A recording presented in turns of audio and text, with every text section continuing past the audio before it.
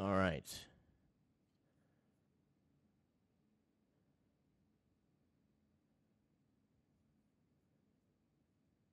Stream health is starting. Getting ready to go underway. Striker, my boy, what's up? I was hoping I'd hear from you today. The internet can totally see you. We are live. Guys, what's going on? This is episode 2 of Lush Louisville. And, I appreciate y'all tuning in. I'm excited for today. It's going to be a really podcast. And I wanted to take some time, first of all, to speak on a little bit right at the beginning of the show about who I am and myself, because with the technical difficulties that happened on the first episode, it was a little, it was stressful, and I kind of just jumped right into our guest, which was great. But I wanted to give y'all some credibility as, your podcast host, and tell you a little bit about myself.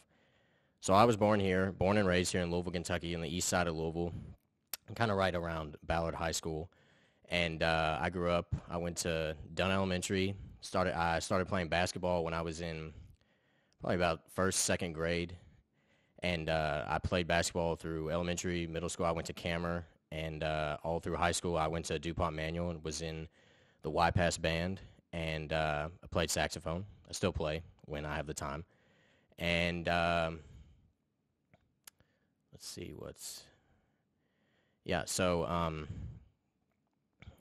I was in Y-Pass, and I was playing basketball at Manual too.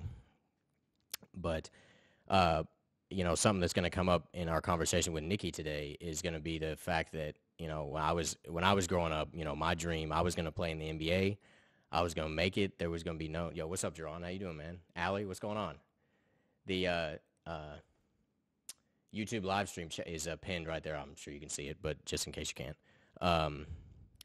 Sorry. A couple things going on at once. What was that say? Oh, yeah. I was playing basketball. I'd been playing basketball for the majority of my life. I played for about competitively for about 10 years. And but senior year of high school, I kind of had to make a decision. I was kind of realizing that I probably wasn't going to get to the NBA.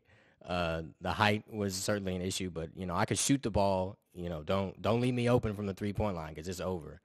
But so I had to make a decision, and I decided to do music. And my senior year, I also realized that I wasn't gonna have a lot of time to even practice with the basketball team if I was on the team, because I was in the Y-Pass musical in the pit orchestra. We did a Shrek the musical that year, and that was so much fun, a lot of fun. Learned a lot. That was my first time being in a pit orchestra. But that's gonna be related to part of our conversation I have later with Nikki, and so it's gonna be should be a good show, and that's a little bit about myself. And after high school, I went to Middle Tennessee State University studying audio production. Much of the stuff that I'm doing right now, I figured out this whole podcast setup pretty much on my own. And what's up, Natalie? J Doms, what's going on, man? And one thing I forgot to mention, I'm working to be I'm a music producer and a recording and mixing engineer. And I was interning at Downtown Recording in Louisville, Kentucky right before the quarantine happened. But, being in a studio with people singing and, really belting out notes or in a closed space is probably not the best thing. So they've been closed, and I've just been working at Kroger, and they were one of the only places that's open, except now places are starting to open up. But so that's that, and that's a little bit about myself. There was one other thing I was gonna say. I guess just pretty much, I see we got some people. Alan, what's going on? You jumping in the Instagram live? Hey y'all, if you got a YouTube, man, I appreciate it. I jump on that live stream on the YouTube and jump in these comments here.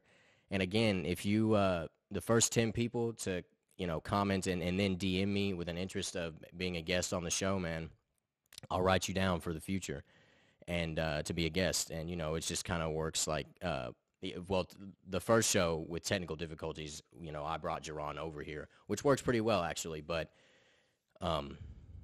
for the most part, it's probably going to be over FaceTime or over Zoom. But so you guys, what's going on, Allie?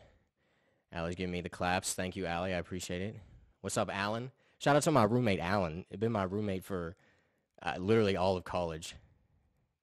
But it's good to see y'all in the chat showing the support. I really appreciate all the love and the support. Follow the Instagram, tap that like button and subscribe button on the YouTube channel. It's Lush Louisville.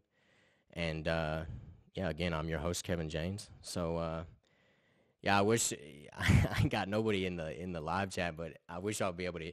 I can't turn my speakers on because they're going to feed back into the mic, and the recording is going to kind of sound weird. But it worked well last week because Jerron was sitting right next to me, so you could hear what he was saying. But, so let's get on to our first guest of the show. Oh, I remember what I was going to say. The whole gist of this podcast, something I kind of skipped over last week, is to shine light on creatives in Louisville and, some people that I do know, some close friends, some really good friends, and some people that I don't know, and I'm bringing light and shining light on them and their work and their creative process. Because I think, like Jerron said last week, the 502 come-up is really real. I really believe that. And, people are working harder than ever, and Louisville is seriously slept on from a creative standpoint. And so with that, one of my good friends we've got coming on here, Nikki D'Ambrosio. She was a dancer at YPass. She went to Emmanuel with me. That's how I met her. And, she's going to talk today about her story, her creative processes. And the biggest thing is one of the things she had to kind of, like what I was saying earlier, she had to let go of one of her dreams. I guess, and let go is a hard term. I guess, still does it when she can. I'm not entirely sure, but she had to decide between, her dreams and a reality, but also reality/career. You can do that's something we'll talk about is, having your dream on the side, like what that's like to her, and if she even does that. So let's get her in here. Let's give her a little FaceTime call. Let's see what she got going on. She better have her phone on her. I know she. It won't let you see it, Natalie. Nikki, what's up? Hey, what's up? How's it going? Good. How are you? I'm doing great. I'm happy to be here. How are you? Good. I'm so glad you're here. I'm doing well. You having a good day? Yeah, I am. It's beautiful outside, and I was eating lunch outside earlier, and I was like, this is amazing. It's not too humid. It's good. I'm pretty happy. Nothing to complain about. Good. That's awesome. I'm glad to hear that. Yeah, I was getting off work, and I was like, damn, it's like it's not too hot at all. For real, it's just really warm. Yeah, it's super nice. I'm gonna have to get out there and go for a run or something. Yeah, I think we're finally gonna get a whole week without rain. So fingers crossed. Finally. Louisville, the weather will be nice this week. Yeah, for real. So what you been up to today? What's going on? What's the day been looking like for Nikki? Today, what did I do? I feel like I was telling you this the other day. I feel like I am busy all day, but I literally don't know what I do. Today I just, cooked lunch. I worked out earlier. I meditated. I read some. Really just nothing too exciting. I'm sure the people don't really want to hear about my mundane life, but. Well, I mean, we're all kind of living a mundane life in a way, I guess, with this quarantine. Yeah. But I really feel like this quarantine is really about to be over. Yeah, I mean, things are opening up, like, now, like, it's sort of back to normal. And my brother is going back home to New York City, and he's like, yeah, everything's opening up, like, June 8th, I think, which I think is crazy. But, I don't know, I guess we'll just see. Like, we have to start back sometime. Oh, yeah, absolutely. I mean, yeah, it'll be interesting. I know the salons and stuff are opening right now. It's things like that, at least in Louisville. But I heard one of my best friends, she's getting married in July in Louisville. But I heard they were telling me yesterday that in Indiana, they're opening up for like weddings to like max capacity for weddings. Like they're open like on June 1st. That's crazy. It's just crazy because they're literally right across the river. But but anyways, so yeah, everybody, welcome Nikki D'Ambrosio. Oh, I forgot to give you a little applause here. That's really low. And you can't even hear it. I'll pretend like I hear it. Yeah. Yes, sir. That might sound so low. Okay. All right. So, Nikki, tell us a little bit about yourself. What your background? Where did you grow up, and where were you born and raised? All right. born and raised in Louisville, Kentucky. I went to Manual High School with you. I was a dance major at YPass. I danced for 15 years, and I was pretty much like on the pre-professional track. I was going to pursue that in college, which didn't happen. I ended up going to school in Baltimore, Maryland at Loyola University, Maryland. Mm-hmm. And I studied marketing, and now I'm back in Louisville, which is fun. Not my plan, was not what I was expecting. Absolutely. But, you know, we gotta just live life as it happens. I couldn't agree more. Okay, so let's you know, I kind of started off the show talking about me playing basketball, and then I had to make a decision between basketball and music. And I really always knew I was going to do music, but, you know, I don't think the NBA draft was going to pick me up. But, you know, so speak on, you know, you were a dancer at YPass, and how was that transition from your, you know, doing something that you love literally every day? I remember how competitive and challenging and like dramatic hearing about like the dance it was at YPass, and just like the whole, what do they call that? The department, the dance department was very, you know, competitive, and y'all literally, I know how hard y'all had to work and the toll it took on your bodies, for real. I just remember people telling me that. But what was it like transitioning from doing that every day and then going to Loyola and you're not?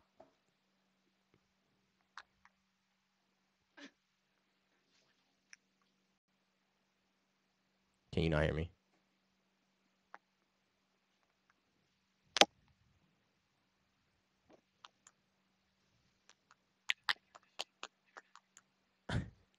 Yo, I think you're Yeah, it was really difficult. okay. Yeah, my connection is a little Okay, there it goes. wonky, but I Yeah. can hear you now. Okay, good. Yeah, you're back. Yeah, it took a second. Oh, sorry. Yeah, it was really difficult. I probably at like the height of my dance career, it was my sophomore year, so when I was about 15, 16, and I was dancing like, I don't know, 10 hours a day. Like we had 2 dance classes during the school day, then rehearsals, then I went to studio, then more rehearsals. So it was really my life, and dance really became my identity, and I had nothing else besides dance. Which in the moment, like it was good, and for so many people that's how it is, and dance really shaped who I am today, and I still hold a lot of things that like I learned from dance, and I still like do consider myself a dancer even though I don't dance like I used to. But I ended up getting really burnt out, which Yeah. can Hmm. be expected because when you're doing so much, especially at such a young age, I was like, oh, I just want to like live a normal life, Hmm. like be like a teenager, like go to football games and all this stuff, you know, like the whole spiel. Right. And I realized like the light inside of me, like for dance, like my passion was starting to fade out. And although I still loved it, I started to sort of like resent dance. And I got to a place junior year where I was like, I don't want to resent something that was such a big part for so much of my life. Yeah. So I like quit my studio and was just dancing at YPass, which was fun.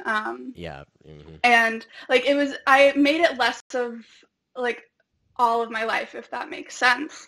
And then I'm not sure if you're familiar, but most dancers like during the summer they'll go to intensives. So Yep. like Yep. sort of like GSA, Yeah. Governor School for the Arts, or like I went to different colleges and did like summer dance intensives, kind of like camps. Yeah. And the summer afterwards was the first summer that I didn't do, like before senior year, that was the first summer that I didn't do an intensive, and it was the first summer that I felt like I could breathe Hmm. and like be myself and just do something other than dance and explore other passions. So I started coming to terms with the fact that I didn't think that I wanted to dance in college, which was hard because I literally had nothing else on my plate. My entire resume was filled with performing. My grades they were okay. Academics were not like, I didn't focus on that. I didn't do a lot of clubs outside of dance because dance literally took my life. So I sort of feel like I went into applying for schools blindly. I was like, oh, I like dressing up and I like fashion, so let's apply for fashion. Let's apply for business because that's what my brother did. Mm-hmm. And I Oh, dang. Uh-oh. Let's ring her back. Every show got some technical difficulties. All right. You back? Yes, I'm back. All right. Continue. Sorry. Yeah, I don't. My Wi-Fi is kind of messed Yeah, it's cool. It's up. fine. We're like in the process of getting a new one. You know, trial and error.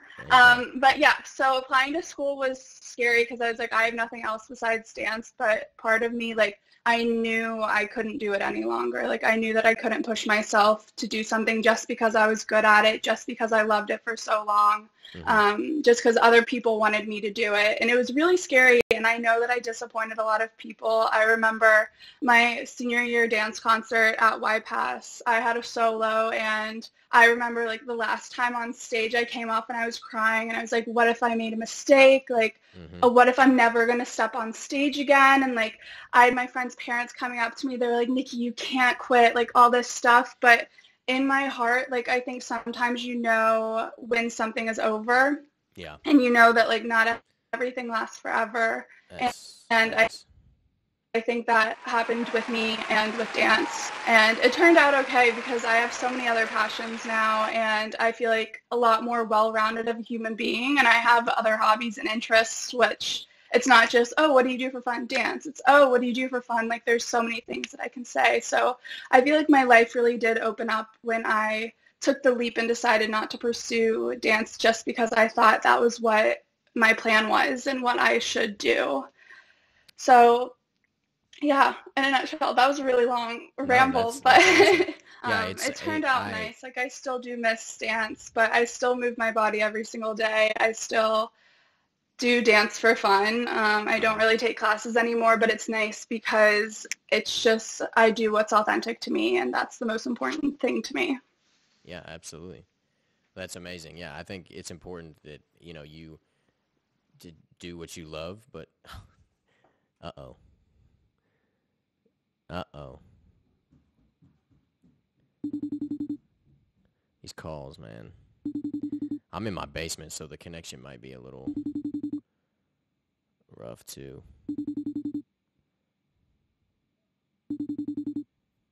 Karen, Alan, I see you in the chat. All right. Okay. Third time's a charm. Yeah, absolutely. No, it's cool. So, yeah, what I was saying, yeah, I agree with what, you know, with, not, you know, you can have this plan for yourself, and you can, you know, tell yourself almost every day, like, this is what I'm supposed to do, this is what I'm going to do, but at the end of the day, like, you gotta, you said it right there at the end, you have to know, it's like a balance, you know, you have to know when you want to, you said that you kind of always knew at the end that you were going to, dance was not going to be your whole life. And when I felt the same way with basketball. I was like, man, like, I mean, I was like, you know, it was hard because I'm used to playing basketball every day, not all day, but, you know, but with me, it was a big commitment. Exactly. And especially, you know, like you said, I didn't play AAU in high school because they had rules against that, but, but when I got to manual and we had all that work, and then on top of that we had all our YPass assignments, and then I had to go to basketball practice every day. It was just like, after 3 years of that, I was just like, man, like, I cannot do this. Like, I'm just gonna have fun senior year and focus on some things I want to do. And then, you know, it worked out. Like, I remember I was able to still help out the basketball team a little bit. And, you know, be there when I could and to support them, because those are my boys. Some of those, you remember, like Jawan and Steven and all them. It's crazy. Time has flown. But yeah, so anyways, that's I'm glad you're able to speak on that, and, you know, confidently, because it sounds you clearly know what that was the right decision, and that's important.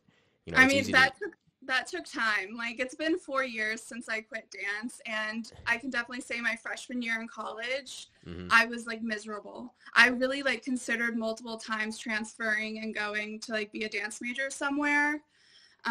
So I think, like, it's not easy to have that transition, and I almost had to like grieve the life that I lost and grieve like the person who I thought that I was supposed to become, and like all these dreams. Like I dreamed of being on, I don't know, on Broadway or just like in a professional dance company. Like all these things I had to sort of come to terms with over time that, okay, this is maybe not going to happen. Like I still have complete faith that I'm going to be on a stage one day and perform again, but I think it's going to look different than what I initially thought it would look like.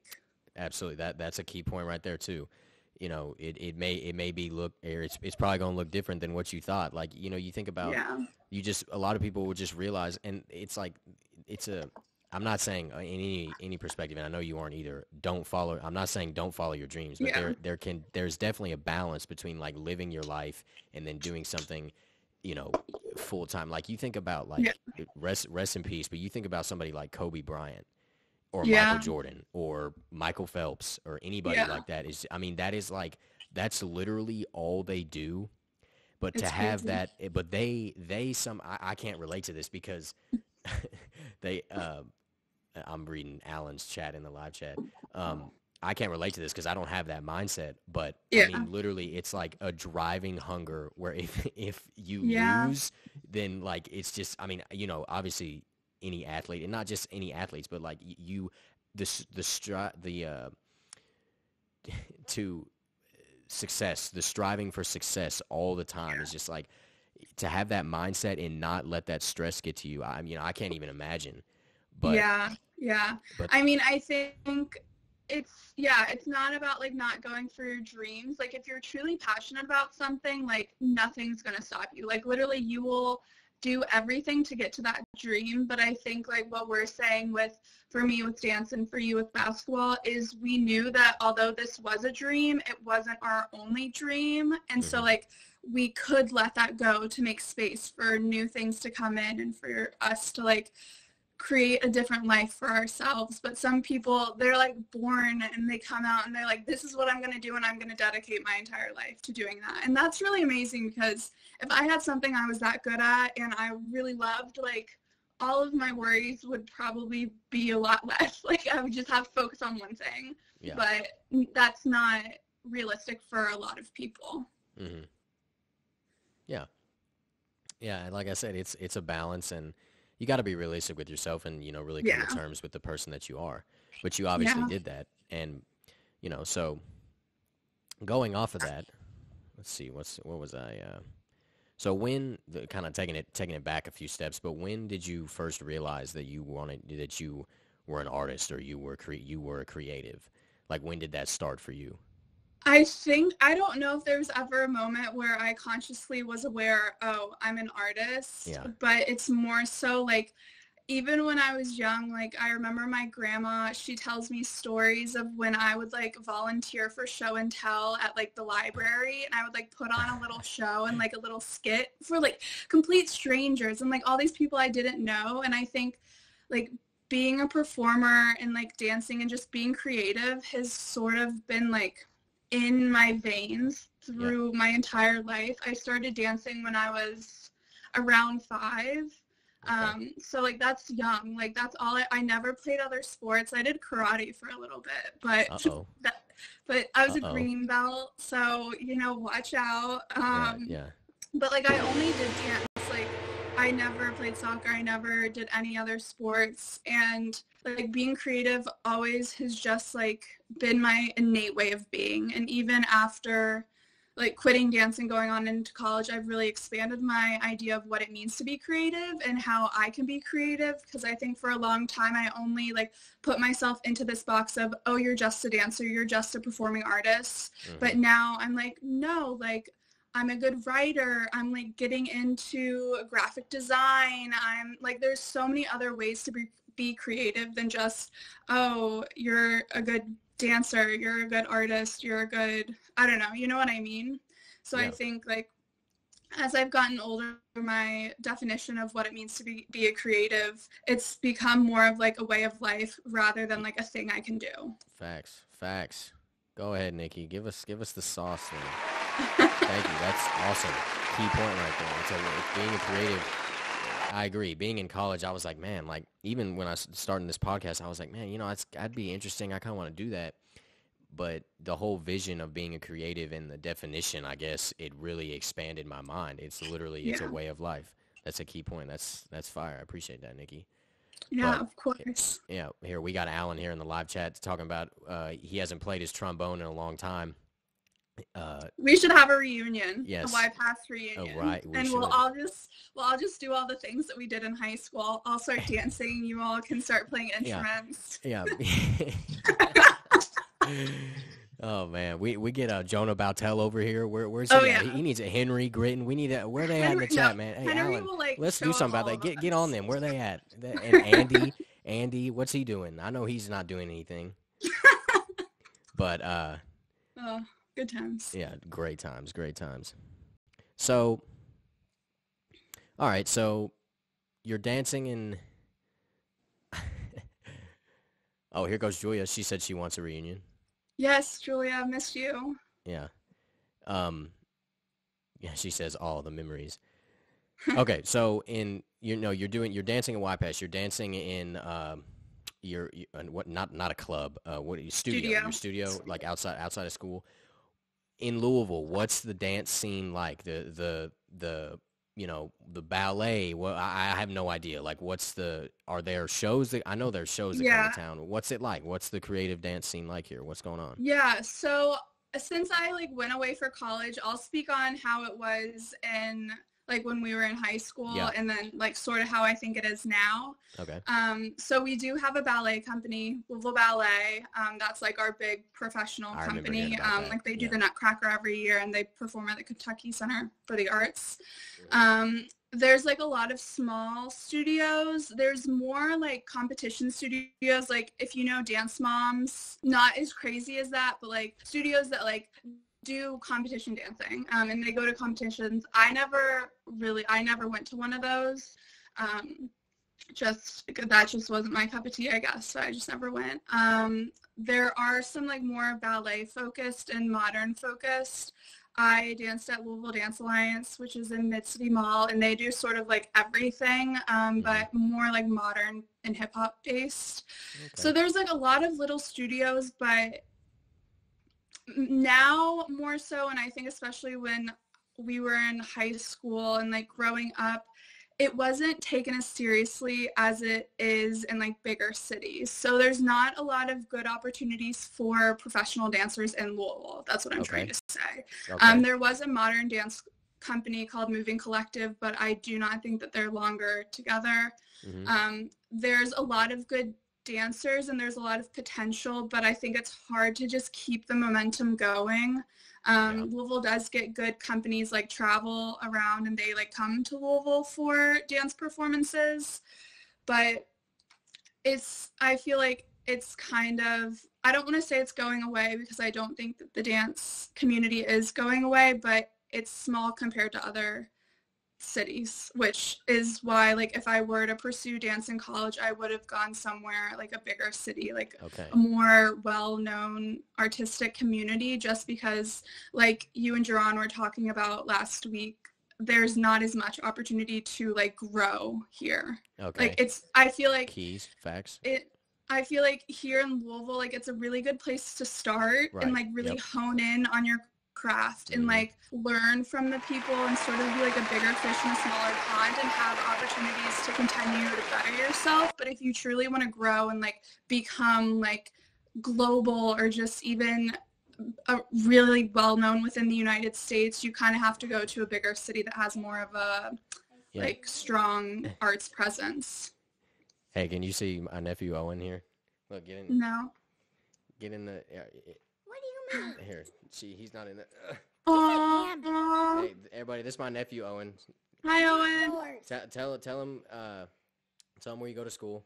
I go to Bowen, but it's over. Hey, he just finished first grade, and yeah, good to see you. How was your haircut? Good. All right, I'll be upstairs in a little bit, okay? I gotta finish this. But okay, sorry, yeah. So you were speaking on a really good key point there. What I was gonna say, the same thing, Nikki, is starting out, there's not a lot of room to grow here necessarily. I know, especially from the music business point, and that just comes from me having an internship here. The music business here, there really isn't any, but there's a lot of talent here. Yeah. And you know, you think about a lot of the artists that come out of here, like Bryson Tiller, Jack Harlow, 2K Baby. They were here, and now they're, you know, they moved away. Yeah. And that's just kind of, I'm not gonna say that's how it goes, but because I also know there are a lot of artists here that are still here in Louisville. Like, I don't know if you've ever heard of Braxton. He's really coming up, but he's still on the come up, but he's, you know, really improved, and he's good.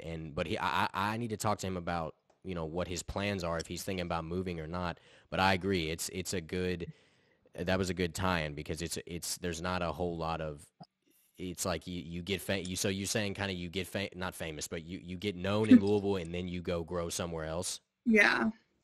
Well, I think, yeah, and I think everyone like should just experience other places, and especially as an artist, when you're so impacted by others' work, it's good to get to other cities and to see what other people are doing, so you can bring it back to the creative scene in Louisville. Yes. So yes. I think like I'm really grateful for my time like going to school in Baltimore, because it made me appreciate home more, and it made me like have more knowledge to bring back and to share with people in Louisville. Awesome. Yeah, that's a good fact. Yeah, I remember so let's speak on that. So, you know, you're talking about bringing, you know, some culture back from somewhere else. Like, I remember the culture shock that, I wouldn't say, I guess just from the way people spoke when I first went to college, just like being in Tennessee, there was people referred to parties as sits, like a sit down. They just called them sits. And I remember I was in the elevator at the dorm, and I was going up, and I was like, yo, hey, is there a party? I was in there with some people, and I was like, is there a party tonight? And they were like, yeah, there's a sit. And I was like, I literally, I had no idea what he said. Like, I was just like, I don't even know what that is. But it wasn't just that. It was just the people down there it's totally different than here in Louisville. Yeah. And, you know, so what was that like in Baltimore? What is it like up there? Go Ravens, by the way. Shout out Lamar Jackson. Let's get him on here. You know Lamar what I'm saying? Jackson. Love him. Yeah. Yeah, so it's interesting because Baltimore is a really amazing city. It gets a really bad rep, but I fell in love with. Why does it get a bad rep? Just like violence and okay. I don't know, people just like the media shows like the bad part of it, but it's a really vibrant city that reminds me a lot of Louisville. Actually, it has a lot of character and a similar like friendly, warm vibe to Louisville, which I think is why I immediately felt like I was at home when I was there. Yeah. But Loyola, where I went to school, is a medium, smallish Jesuit college that has kids primarily from the East Coast, so New York, New Jersey, Connecticut, a lot of all East Coast. So there's not as many like local Baltimore people who I go to school with, but I'm grateful because I did get a chance to like make friends in Baltimore and like to work in the community and whatnot, and like that's a whole nother story. But at Loyola, it was kind of a culture shock too, because there were a lot of people from Long Island and New Jersey, and like everyone sort of went to school with each other. So like everyone kind of like knew people. Like I was one of the only people, I was definitely the only person from Louisville. I know of one other person who's a year younger than us from Kentucky. So I was kind of like a fish out of water. And I do have family in New York, so I was a little bit familiar, but yeah, with like slang and like people being like, oh, what high school did you go to? Like, what part of New Jersey are you from? I'm like, I have no idea what any of this means. And honestly, it was difficult for me in the beginning and even up until the end, because a lot of my friends, they would go home like at least once a month, and Baltimore's like 11 hours drive from Louisville, so I'd only go home for Thanksgiving and Christmas. So that was difficult. It was hard for me to wrap my mind around like, oh, they get to just go home, or their parents can bring them lasagna and bagels to have, and like I kind of have to fend for myself. But it was a really great learning experience, and I'm really glad that I got to experience like different cultures and just meet different people. I think there's pros and cons to everything. I really loved going to Manual for high school because it was so diverse, and I feel like everyone was really passionate about their beliefs and whatnot. And I had sort of a different experience when I was at Loyola. There wasn't as much diversity, I guess. Yeah. Which was like, I don't know, it was just another experience that made me realize what I had and made me appreciate what I had. And I felt like I was in a good place to like show others like, oh, Kentuckians, like we wear shoes and we know how to read and I don't have an accent. Like no one understands that I'm from Kentucky and I do not have an accent. But Yeah. that's besides the point. People are just sleeping on us. They talking about Seriously. no shoes. Come on. I know. I'm like, I'm from, also, what's really funny, I doubt you experienced this, but whenever I said that I was from Louisville, no one could understand me because of the way, like, because I say it, like, I was like, Louisville, and they're like, oh, They and I'm probably like, came at you. They said, "Oh, Louisville yeah, or and Louisville." they're like, oh, how do I say it? I'm like, Louisville, and no one can ever say it. I'm like, just don't even try. Oh, yeah, that's yeah. I remember there was a kid who moved here, and when we were in middle school, one of my friends, and he he had been living here, and he was reading a poem or something that he wrote in one of our classes, and he literally kept saying Louisville, but Oh my he was God. talking about, I think he was talking about when his dad just told him that they were moving, so he was saying it on purpose. But I was like, bro, you've been living here. Like, I know you're not just saying it like that. Like, Oh my God. but that Oh was my years God. ago. But Such controversy. yeah, yeah. One time I was at a studio in Nashville, and this artist, he was asking me. I was just there interning, and he was like, what did he say? He was like, so where are you from? And I was like, I'm from Louisville. And he was like, oh, Louisville. And I was like, yeah. And he goes, so you say like Louisville? And it was like a 5-minute conversation. And he looked at me like literally 5 or 6 times, and he was like, so it's Louisville, like Louisville. And I was like, yes, that's how you say it. It's Oh my God. that's So funny. that's a key thing when like when you talk about Louisville, people just butcher how to say it. Not everybody, but Most people. Most people that aren't from here. But yeah, that's okay. a lot of people that I was with in Tennessee, they knew where it was, Yeah. or they at least knew it was in Kentucky. But Yeah. yeah. So, all right. So in Loyola, what you're studying marketing. What are you doing with that, and what's going on? Tell us. So I just graduated, sort of graduated. Like not really, but it's official. Okay. A couple weeks ago with the Okay, hold degree up. in Let me marketing. get you that applause. Yes, ma'am. Absolutely. Yeah, I don't know. It's sort of, I don't really have a plan right now for the future. I have some ideas, which is fun, but no distinct plan. I'm really grateful because at my time at Loyola, I was really able to explore, like I was saying earlier, explore different passions, and I found a passion for writing. I started my blog the summer before my sophomore year, and I've been writing ever since. Doing different things like YouTube videos. Now I'm doing more graphic design and like, I don't know, different things. But Yeah. I've had internships at startups. I haven't had any like big corporate internships because I always have known that I don't really want to work in corporate. And it's been interesting being in the business school, especially in the past year, because a lot of my friends are applying to firms, and for all of this, like, oh, I'm going to go be a recruiter. I'm going to go be like different things that like you can do just right out of college. And I was like, maybe I'm going to go travel around the world. Like, Yeah. I kind of, right now I'm in a place where I'm like in a lot of self-discovery, and I really want to figure out what my real passion is, because I do know like things that I'm passionate about, like food, travel, spirituality, health and wellness. But I don't have a clear path, which for the first time in my life, I'm welcoming. I think like when I was wanting to dance like that, it was always a one-track mind, and I see where that got me. And so now I'm trying to have like multiple eggs in multiple baskets instead of just one egg in one basket. Yeah.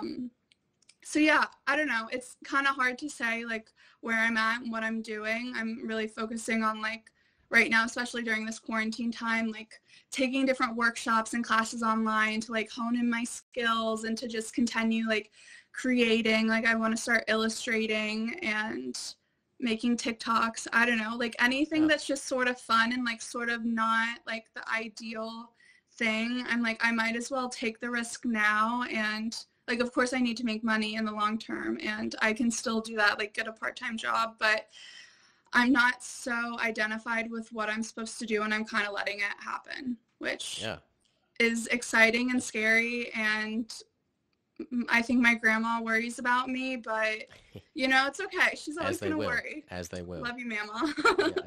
That's what I used to call my grandma. Yeah. Aww. That's lit. Yeah, no, it's awesome, Nikki, that you say you're welcoming it, and now's the time. This is a very important part of our lives for self-discovery, or things along those lines. And I mean, because it's like, as a kid, how many times were you asked, what do you want to be when you grow up? Yeah. And it's like, well, now it's like, I'm gonna be me, and I'm gonna figure some things out. And facts. Yeah, it's like you said earlier. When I graduated, I was like, man, or around before I graduated, I was like, man, I'm gonna go to Atlanta, or I don't want to get stuck living at home. But then, of course, the virus happened, and even before that, I was like, well, honestly, living at home, at least I'm kind of giving myself a year right now. Yeah, and me to too. Kind of stack up some money and get something good going. And then I'm thinking about going back to Nashville. That was every time I go back there, I'm just like, man, I wish I need to be here. But it's not where I thought I was going to be, but I am, and I've learned. I've learned a lot. I've learned a lot about. I've been studying recently, like marketing and branding mostly, especially as a music producer. That's fun. As an engineer. Yeah. So. No, I think that's a good sentiment of like, there's no rush, and I think. I don't know if we're taught this or it's just society, but like everyone's in such a rush to get to the ending point. Like there's in such a rush to just figure everything out. But I'm like, okay, well, it is important to like have goals and to like have a direction that you're heading towards. It's okay if it's unclear. Like it's okay if you don't know what you're doing and if you feel like you're walking blindly into something, because that's how we learn and that's how we grow and that's how we cross things off our list and figure out what we truly want to do. Yeah. And I feel like for me right now, I literally sometimes I'll write down a list of all the things I'm passionate about, and I'm like, okay, what can I do to get one step closer to this? And it's kind of like a game almost, like, okay, I'm going to do this for a little bit and be like, I don't really like it. Cross that off the list, do something else. And each thing is teaching me something and helping me become like who I'm supposed to be to get closer to that goal of, I don't know, whatever I'm going to be in the next 10, 15, 20, 30 years. Yeah. So I think, just like kind of welcoming the unknown and like keep grinding and like doing the things that make you passionate, even if right now you're not making money from it. There's so many options of what we can do with our lives. And I think I've really I try to push myself to not just do what everyone else is doing and to really figure out and ask myself, what do I want for myself?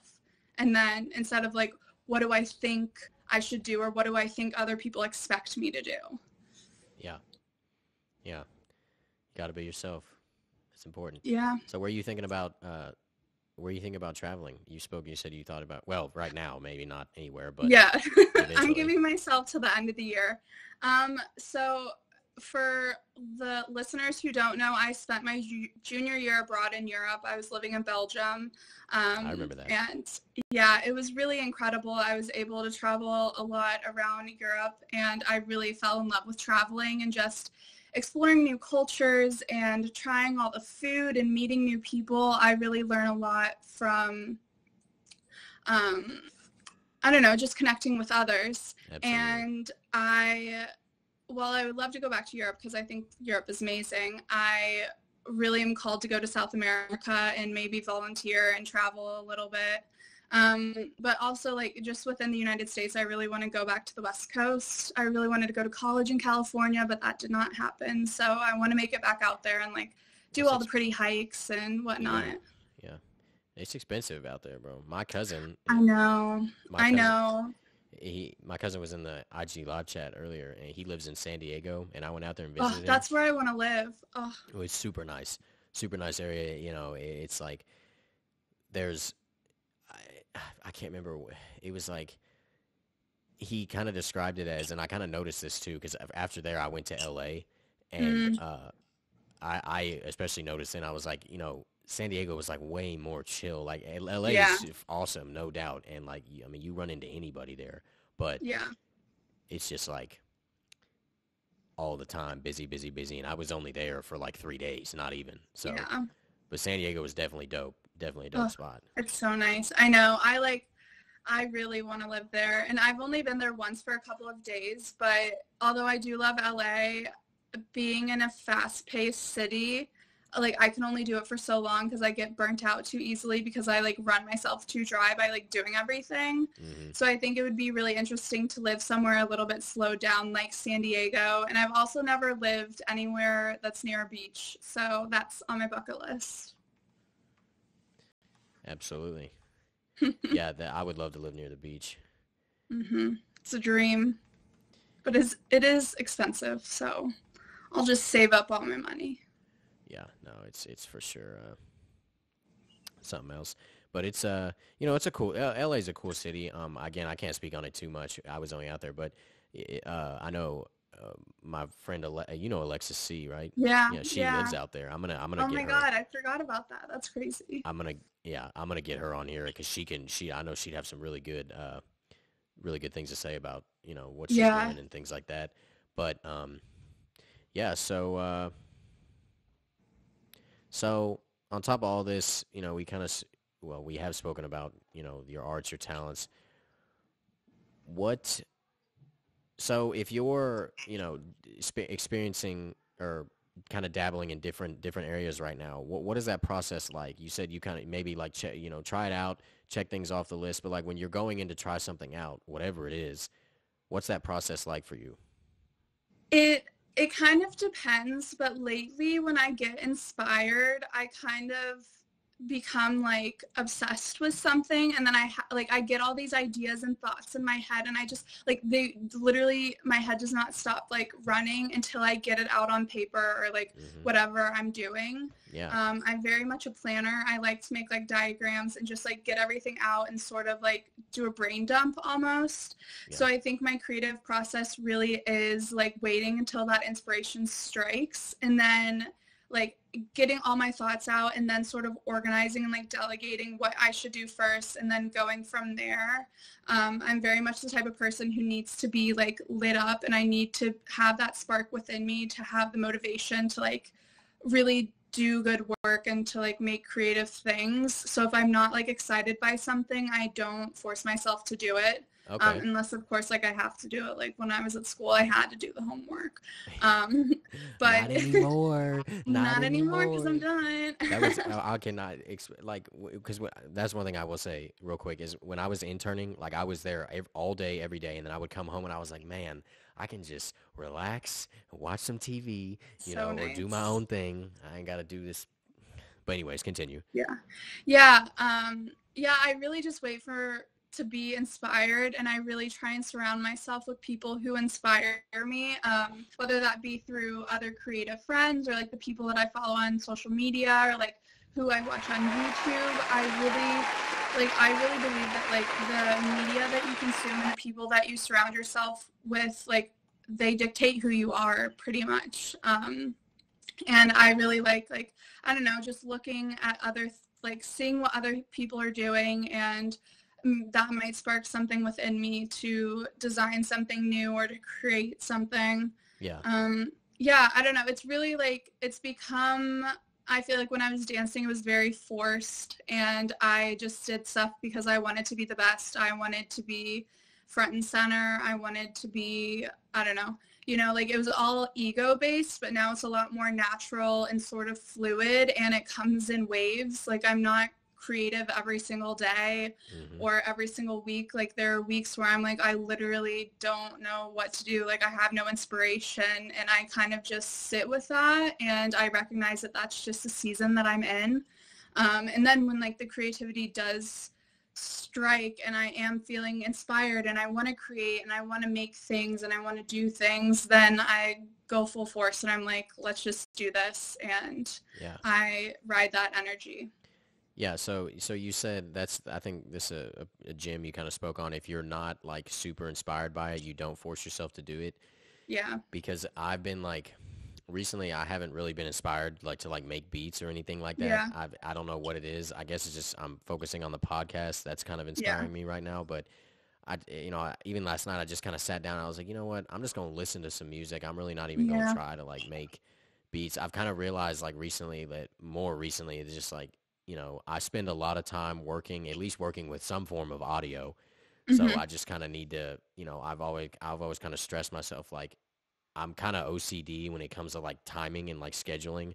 So I just Yeah. have it in my head that I need to do this, this, this, then. But now I'm like, you know what? Just relax, man. Like I'm gonna live my Yeah. life. I'm not Yeah, gonna the exactly. balance again. Yeah, and I think like we do live in such like a hustle culture and like a society that tells us that the more productive we are, the more worth we have or the more successful we are. And that's not to say like I do think hard work will get you places and it'll get you where you want to be. But I think that especially as a creative, it's really easy to get burnt out and Hmm. we have to take time for self-care and to just live our life, to be with our friends, to relax, to rest.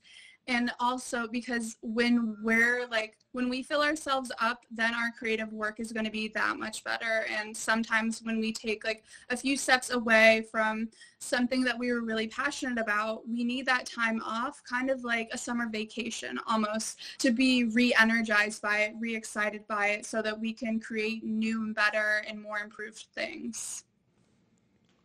So taking time off is key, kind of. Not necessarily time off, but taking a step back.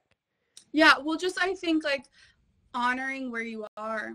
And if you don't feel inspired by something or if you don't want to do it, you shouldn't force yourself to do it. Or maybe Yeah. like work on something for like 30 minutes instead of telling yourself that you're going to finish it, you know? Yeah. So like giving yourself a little bit more grace and a little bit more flexibility because everything comes in waves and we just have to like take note of how we're feeling and how we can give our 100%. Like I don't think we can always give 100%. Like I think sometimes 80% is the best that we can give and that's okay. Yeah. Totally. That's yeah, here goes my buddy Mitch. He said, but he lives in Boca Raton. He said, "Don't burn yourself out." True. But at the same time, I think people will do that unknowingly. But Yeah. but at least the first time you do that, I said the same thing and I put a question mark. Don't burn yourself out.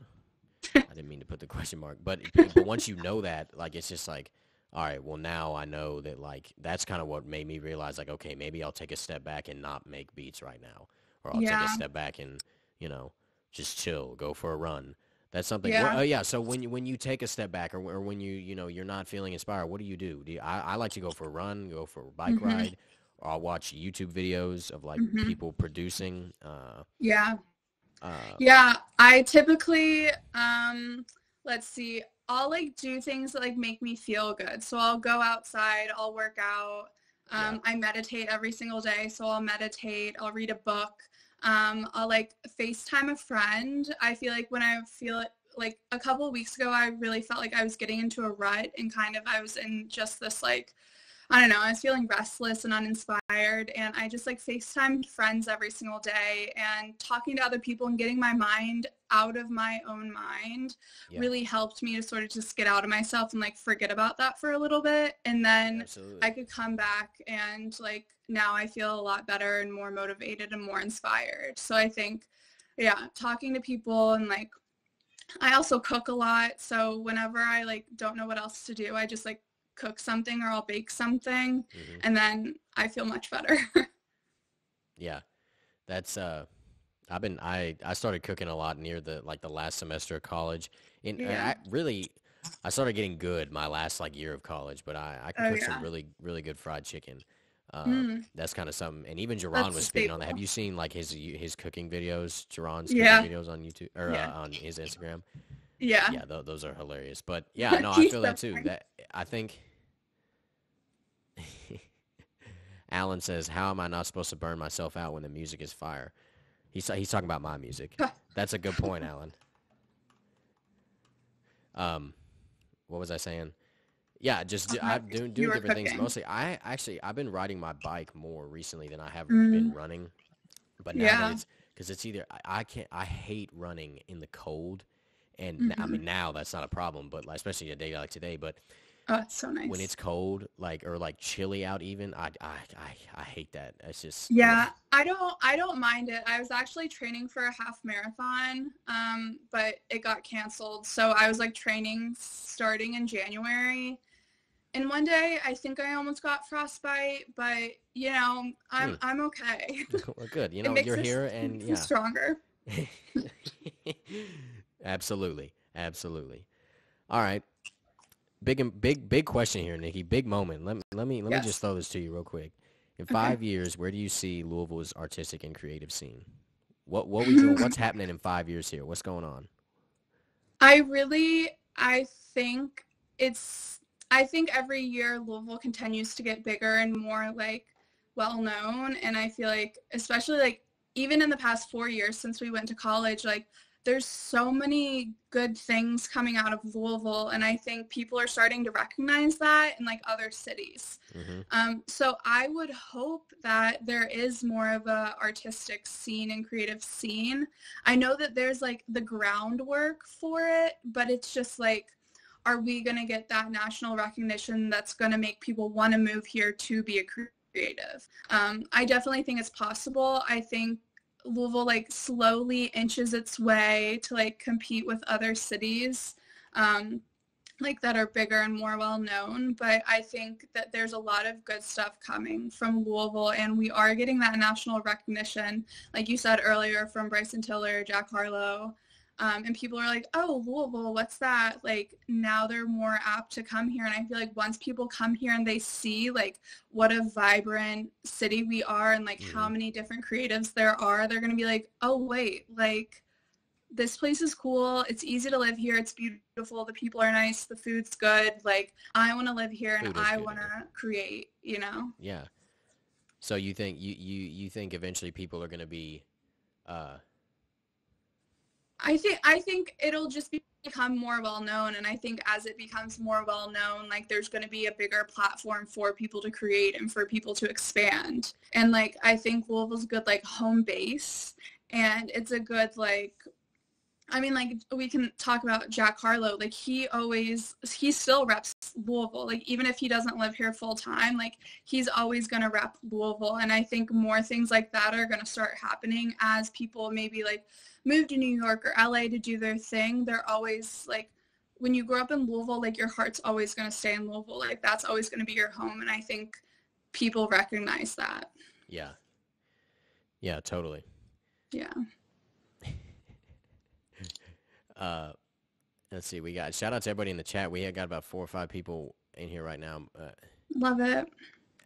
Alan and Mitch and Alan I lived with my sophomore year, and they're just joking on each other. It's good to see you all in the chat for real. I appreciate all this love and support, guys. It's really really dope. Yeah. So Nikki, what are your plans after the coronavirus? You gonna jump back in and travel? You gonna what we doing? Yeah, again, I don't really know. I'm giving myself like till the end of the year. I mean, I would like to go on like a road trip or something before the year is over, but I'm really I'm giving myself to the end of the year to kind of figure it out. I think like life is still moving so fast that like Yeah. every week like I get a new inspiration or like a new like, oh, I should do this with my life. Oh, I should move here. Like every day it's kind of different. I'm personally like really grateful to be home, and like this is the longest time I've been home since probably high school, so it's really nice like being with my family and just like taking just a little bit of a pause and a reset and really like appreciating the life that I do have in Louisville. I don't see myself staying here long term. Yeah. Just because, I don't know, I just want to get out. I've always wanted to get out, and while maybe I'll come back to Louisville eventually, there's a lot of the world that I want to see. So as of right now, I see myself maybe going to the West Coast or possibly to South America by like January or February-ish. But that could change because life keeps moving, and we never know what's going to come next. That is true, especially with all this going on. But Yeah. earlier Julia had a question, kind of transitioning. She had a question about. She asked, "Are you wanting to make a business with your blog. And talk about that. Talk about your blog a little bit. Yeah, so yes, short answer, yes. That would be the dream. I would love to work for myself. I've always been very like entrepreneurial, and I'm really independent. I like doing things by myself. My blog, which started as a place for me to like share recipes and restaurants that I go to, as well as talk about mental health. It sort of evolved with me as I've grown into myself in the past 3 years. Right now, I talk mostly about spirituality, health and wellness, and self-love, self-care. I still do travel. Like when I travel, I'll do travel blogs, but obviously I can't talk about traveling if I'm not traveling. So yeah, it's also, I don't know where it's at. It's in this transition phase. I feel like everything in my life right now is in this like in between, like waiting for some sort of magic to happen. Like I feel like I'm like a pot of water waiting to boil almost, if that makes sense. I'm sort of just like simmering right now and kind of taking it day by day. I'm really passionate about helping others sort of find the light within themselves and to like really fall in love with who they are and really appreciate who they are and know that they have a choice for who they are and for the life that they're living. Ultimately, I would really love to like work with people, create some sort of community space. I've always had a dream of writing a book and opening up a restaurant. So that is definitely on the horizon. I would love to do that. But I think this time in my life is really about learning and just experiencing things. So travel is definitely on the forefront of my list before I like turn anything into a business, because I feel like I need to learn a little bit more and like to figure out what I'm truly like, okay, this is what I like want to help people with. But yeah, you all should follow my blog if you're into all that stuff. Naturally Nicoletta, Kevin will link it. It's fun. It's really just a fun place where I can just be authentically myself and connect with others and hopefully guide others and inspire others to live the life that they dream of. Because for so long, I feel like I was trying to be someone that I was not, and I felt like I had to sort of put like a facade over who I am because I didn't truly love myself. So that's one thing. Quitting dance led me on this whole personal development journey, spirituality journey, which we could talk about that in a whole nother podcast episode because I have a lot to say about that. Okay. But if you are interested in that, I talk a lot more about it on my blog too. So yeah, ultimately I would love to make it my business, but that's not my only, like if it happens, it happens. If it doesn't, it doesn't. Awesome. Yeah, Julia says, join me in the P&W. Do you know what that means? The P&W. Oh, Pacific Northwest. Okay, I would love to, all Julia. Right. I knew we'd get it. It's beautiful there. Or at least one of us would. Yeah, she, yeah, that'd be lit. There you go. Y'all move out. Y'all could be roommates. Look at that. We would be great roommates. yeah, y'all definitely would. Well, there was another thing I was going to ask you. Or talk. Yeah. So, what is this? I saw yesterday on your blog this Reiki or Reiki.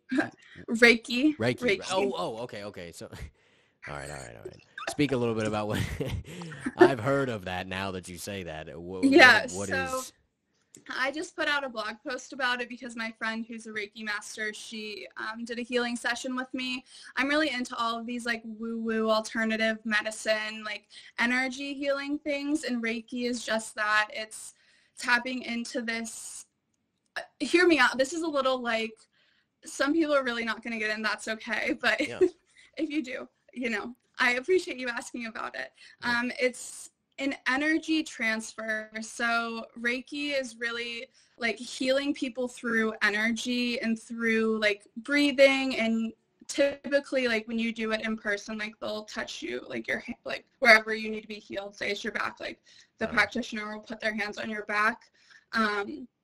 But for me, my friend did it via Zoom, and it was really like a meditation on my end, but she sort of served as like a channel for spirits. Like my spirit guides came in, or like she had this sense of like things within me that were like off, like my chakras were blocked.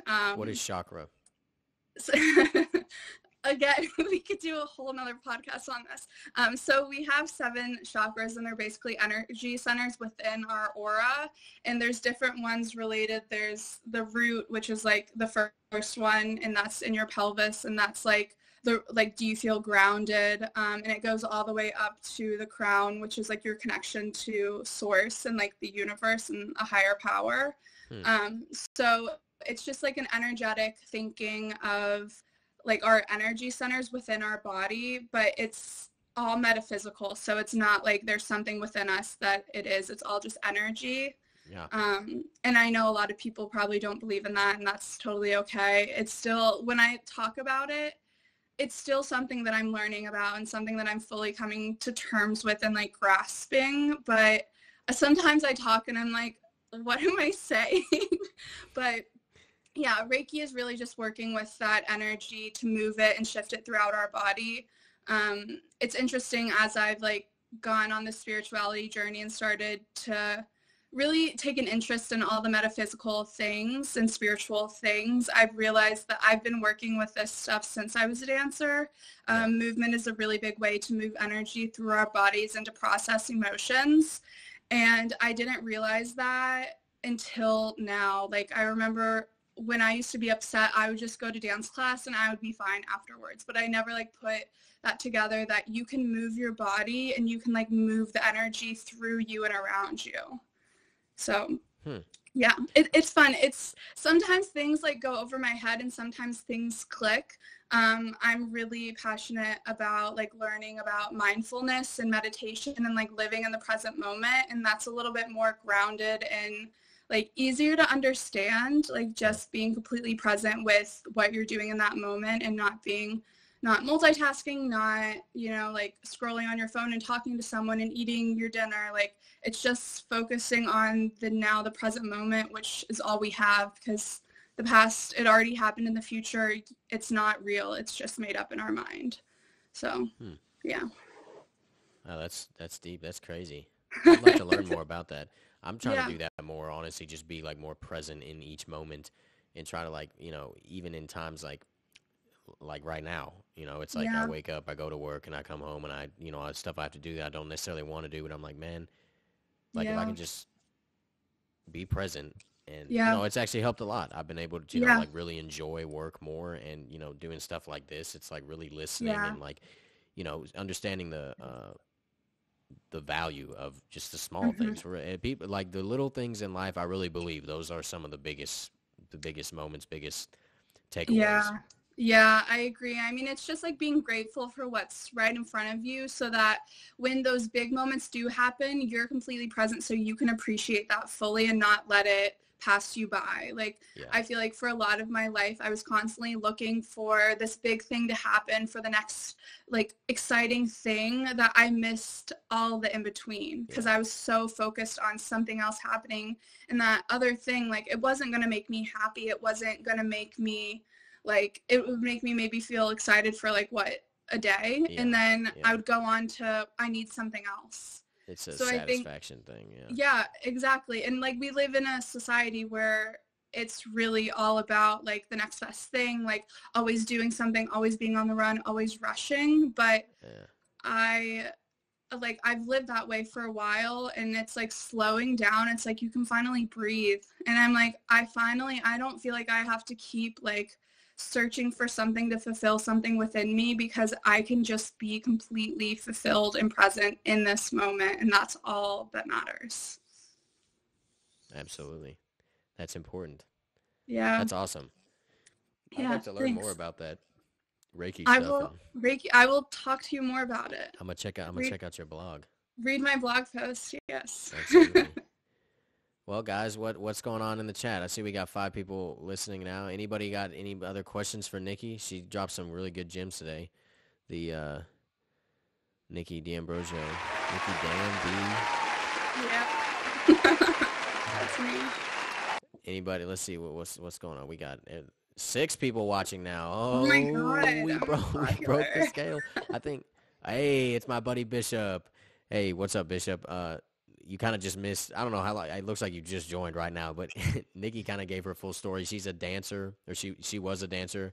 She's blogging and doing, really getting into Reiki and spirituality, things like that. Any you got any questions for her, Bishop? We're counting on you, right? We're I guess we're not running out of time, but what's going on? What's happening? Alan, Mitch, Julia, what are we doing? What's going on? Who else is in here? Alan, Julia.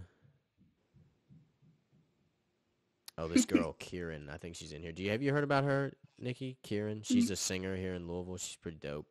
No, that's cool. I'll look her up. Yeah, I'm trying to get her on here. Alan says next guest, Big Chocolate Alan. That's what he goes by.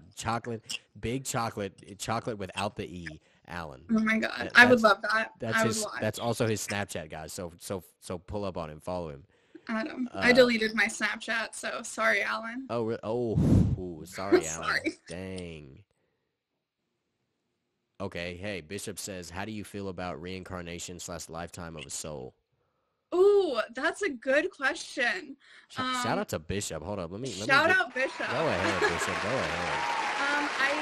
I personally believe in reincarnation, and I believe in past lives. Past lives is something that I'm really getting into. I just read a really good book called Many Lives, Many Masters. And that's about a psychologist who starts seeing a patient and puts her into hypnosis. Oh my God, I can't talk. I get so excited. Puts her into hypnosis to help with her phobias and anxiety. And she ends up getting hypnotized and remembering all these past lives. While I don't really identify with a religion, I've been learning a lot more about Buddhism, and Buddhism believes in reincarnation and karma, and that we are reincarnated. It's something I don't really know exactly what I believe in, but I do know different beliefs that I resonate with. I do think that the whole thing with past lives is there's certain people that you live many lives with. I think that people that I really do strongly connect with, I've lived with in other lives. And that maybe it does bring me comfort just because. Uh-oh.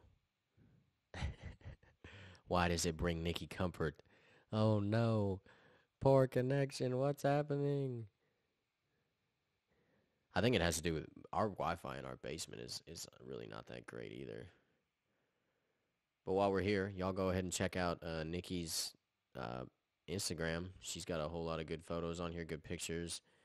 This is her blog, Naturally Nicoletta. Oh. All right, I'm going to get her on here just for a few more minutes to kind of wrap things up.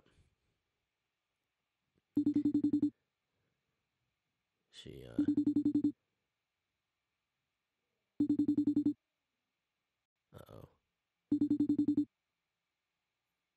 All right, well, what's going on in the chat, guys? How we doing? Everybody still here? Who we at? We back up to 6 people watching now. What's good? All right, there she is. Hi. I don't know what happened. Yeah, it was a spirit that wanted to come in because I was talking about past lives. Yeah, they didn't want you to share that information. You were literally because, and then it cut off. Who knows? Bishop says cliffhanger. Yeah. All right, so what were you saying? I believe in past lives and I believe in reincarnation. I think that karma is real, and if we live in a way with good intentions and we live through love and we live just having compassion for others and finding our dharma or our life purpose, then we're going to reincarnate into something beautiful. It might be another human again, but I do think that we have lessons that go through lives, and if we don't learn it this lifetime, we'll just learn it another lifetime. So there's always work to be done. But short answer, yes, I do believe in them. Yeah. Well, Nikki, man, it has been a pleasure having you on here as my second guest. Oh, here we go. Oh. She froze. Oh. Yes. All right, she's back. Okay, cool. Yeah, it has been a pleasure having you on sorry. here. No, it's okay. as my second guest. Yeah, it's been so amazing. I appreciate you dropping all these valuable, things to say and your insight, especially on Maryland and moving out of Louisville. Everybody, let's clap it up for Nikki here. What's happening here? Let's give her a little. Yes, Sarsky. Let me get Jerron in here too. Yes, Sarsky. Yes. Well, Nikki, do you have any last words? Any words of advice for the Louisville scene, Louisville creatives? Just keep doing what makes you passionate and don't let the fear of failure stop you or the fear of what people are going to think, because when you're doing what you're passionate about and if it's authentic to you, the right people are going to come into your life and they're going to support you no matter what. It's not about having everyone like you. It's about having the right people like you.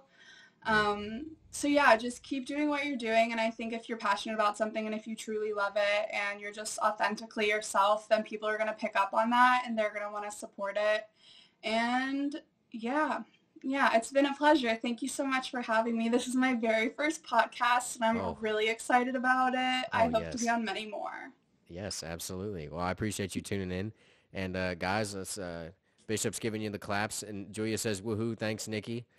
Guys, I appreciate y'all tuning into the chat and tuning in. I'm gonna hang on here for a few more minutes. I'm about to hang up. I'm about to hang up on you, Nikki. But but I'm gonna just talk about a few more things about what's coming up next week and what's going on. So, but Nikki, great to hear from you. Great to see you. Thanks, see Kat. your beautiful face on here and you sharing all your wonderful talents. Yes, and, of course. Hopefully, I'll see you soon. All right. Yeah, of course. All Bye, right. everyone. Yeah. See you, Nikki. Be safe. All right. Oh, boo. Bye, Nikki. Nikki's gone. But, guys, seriously, I really appreciate everybody that's here in the chat right now. We got about 6 people, man. Keep spreading the word. Hit that like button and subscribe button. Give me some subs. I just learned about what subs are. Bishop actually put me onto that. I was like, what are subs? And he was like, I'm pretty sure it's subscriptions. That's what I'm getting from it, but which it would make sense. But, next week we're live, same time. I got a very special guest next week. She know who she is, but just stay live on the Instagram. DM me questions, advice on better ways to do the show. I'm gonna keep doing this every Saturday at 3. And yeah, guys, appreciate y'all tuning in. Everybody that tuned in on the Instagram live, anybody DM me if you've got an interest being on the show. Bishop says, yeah, sub and push notifications. There you go. Sub and push notifications. But again, yeah, DM me, chat me, text me, call me if you got advice or anything. And if you're interested, DM me, and I can assure you a spot. I've got probably the first 5 or 6 spots filled so far. But yeah, so I'll continue checking my DMs, and I'm always open for advice. And guys, I really enjoyed it, and I appreciate everybody tuning in. Alan, Mitch, Julia, Kieran, who we got, Bishop. There's somebody else in here. I said Mitch. Who is it? It says there's. Oh, it's probably one of my parents. Mom, Dad. I know you're up there watching. Much love, Kevin. Nice podcast. Thank you, Alan. Thank you. I'll see you in here next week, Alan. But yeah, guys, I appreciate it. And this is Kevin James hosting Lush Louisville. And again, we got 8 people watching now. Right at the end. What's going on? Who's in the chat? What's going on? I'm almost finished, Owen. Owen's wondering when I'm going to be finished. Look. Will's here in the other one. Who's here in the chat? What's going on? I'm trying to see who you are. Maybe it's Will, Owen. Maybe not. Well, anyways, now they left.